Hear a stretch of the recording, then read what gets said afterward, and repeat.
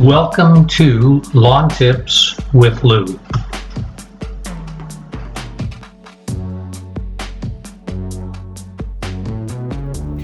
If you want your crepe myrtles to go from looking like this in the winter to looking like this during the summer, then you'll want to be trimming your crepe myrtles over the next few weeks.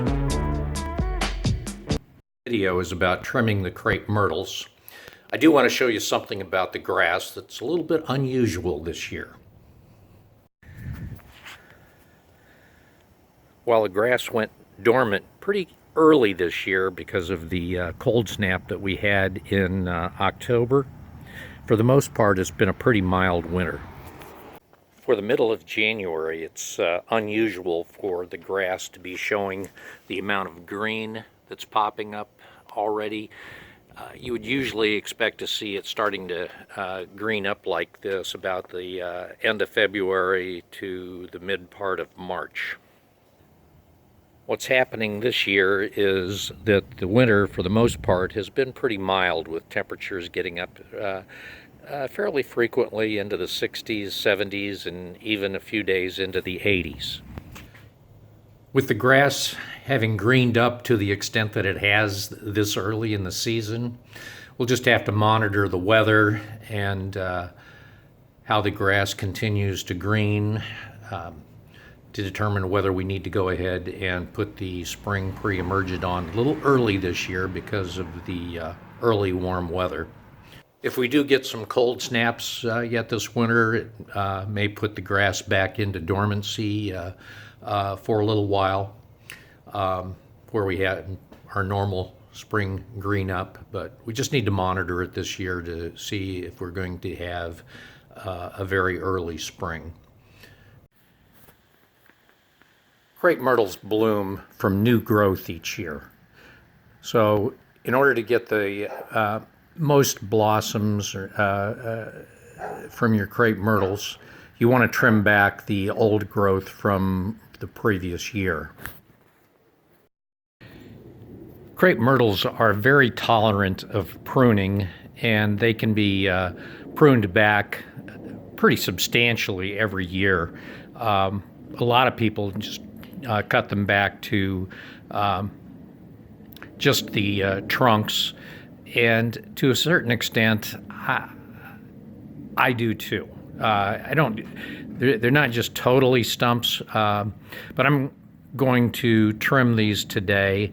I'm not going to record the whole process of trimming, but I'll show you the end result once the trimming is completed.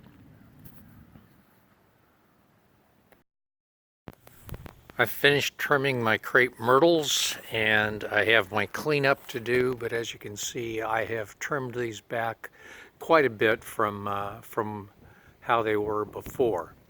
Now, some people will actually trim them even more than I've done. They'll basically trim everything down to this, kind of like to the stumps, like about maybe this level, and leave no branches at all. But that's fine, they'll still recover. Crepe myrtles are very tolerant of pruning, and in the spring they'll put on a lot of new growth. In April, you'll see a lot of new growth starting to come on the crepe myrtles, and by June they'll be in full bloom, and they'll be loaded with blossoms. In addition to having trimmed the crepe myrtles, I also took the time to trim down the liriopes around the beds. I also took the opportunity to trim the decorative grasses that I have both in the front yard, in front of the house, and in the backyard. As I had mentioned earlier, crepe myrtles are very tolerant of pruning. Pruning stimulates new growth, and the new growth is what leads to the heavy blossoming of the crepe myrtles in the spring and summer. The pruning gets rid of the old growth and the old seed heads so that that's not cluttering the appearance of the new blossoms when the crepe myrtles bloom in June. So it's good to go ahead and do your pruning this time of year while the crepe myrtles are in their dormant stage. How you elect to prune, whether you prune them down basically to a high stump or whether you leave a lot of branches, is a personal choice. Crepe myrtles, as I say, very tolerant of pruning.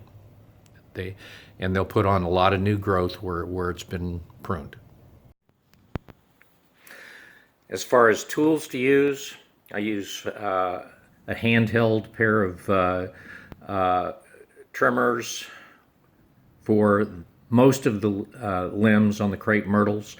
For a few of the larger ones, I'll go ahead and use a pair of the lopping shears. And then beyond the two shears, it's just simply having a step ladder to get to the higher limbs.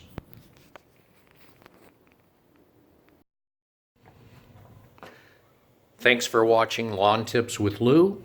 Hope you enjoyed this segment, and we'll see you next time.